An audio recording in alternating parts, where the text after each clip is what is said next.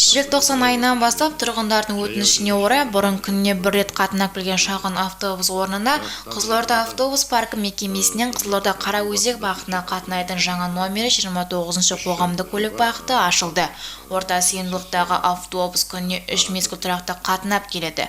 Жақын арада сыйымдылығы үлкен жаңа автобус жүргізу жоспарланып отыр.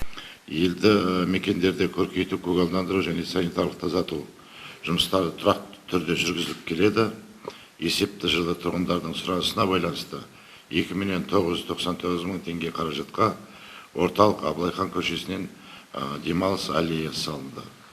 Кәсіпкерлікті қолдау бағыты бойынша ауылдық округте 156 шағын және орта кәсіпкерлік субъектілері жұмыс жасап отыр. 2022 жыл көлемінде шағын және орта бизнесті қолдау мен дамытудың мемлекеттік бағдарламалары шеңберінде атқарылған жұмыстардың нәтижесінде 20 кәсіпкерлік субъектісі тіркеліп, 20 тұрақты жұмыс орны ашылды. Сонымен қатар Абылайхан және Шамгүл Ибраева көшелеріне жаяу жүргіншілер жолын салуды жоспарланып отыр.